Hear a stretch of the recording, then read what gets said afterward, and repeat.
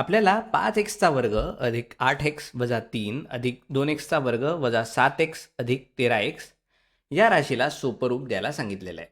तर इथे आपल्याला फक्त स्वरूप पदं म्हणजेच लाईक टर्म्स एकत्र करायची आहेत. म्हणजे अशी पदं ज्यांच्यामध्ये xचा घातांक समान आहे. आणि सर्वात आधी आपण इथे असलेले हे कंस काढून टाकू शकतो.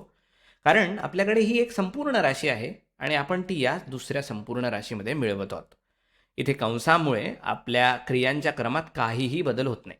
चला तर मग मी हे कंसाशिवाय पुन्हा एकदा लिहितो. तर आपल्याकडे 5x वर्ग अधिक 8x वजा 3 अधिक 2x वर्ग आहे.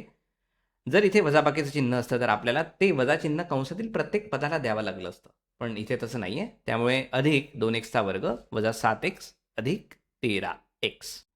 आता आपण xचे वेगवेगळे घातांक असलेल्या वेगवेगळ्या पदांकडे पाहूया. आपण xचा वर्ग असलेल्या पदांपासून सुरुवात करूया. तर इथे तुमच्याकडे 5x वर्ग हे पद आहे आणि तिथे 2x वर्ग हे पद आहे. तर एखाद्या गोष्टीचे 5 अधिक त्याच गोष्टीचे 2 मिळून त्या गोष्टीचे 7 तयार होतात.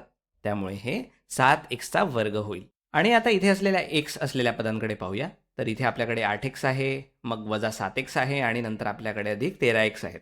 त्यामुळे जर तुमच्याकडे एखादी गोष्ट 8 वेळा असेल आणि त्यातून तुम्ही तीच गोष्ट 7 वेळा वजा केली तर तुमच्याकडे ती गोष्ट फक्त 1 वेळा उरेल. आणि मग जर तुम्ही त्यात अजून 14 गोष्टी मिळवल्या तर तुम्हाला 15 मिळतील. त्यामुळे हे अधिक 15x होईल. 8x वजा 7, अरे माफ करा, तुमच्याकडे 14x उरतील. 8 वजा 7 बरोबर 1 आणि 1 अधिक 13 बरोबर 14 अधिक 14x. ही ती 3 पदं आहेत. 8x वजा 7x अधिक 13x. आणि शेवटी तुमच्याकडे ऋण 3 आहे किंवा वजा 3. तुम्ही याकडे कसं पाहता यावर ते अवलंबून आहे. आणि हे एकमेव स्थिर पद आहे. तुम्ही याला गुणिले xचा 0वा घात असंही मानू शकता. पण ते एक स्थिर पद आहे. त्याला xने गुणलेलं नाही आणि ते तिथे एकटंच आहे. त्यामुळे वजा 3. आणि आपण या राशीला शक्य तितकं सोपं रूप दिलेलं आहे. आपलं उदाहरण सोडवून झालेलं आहे.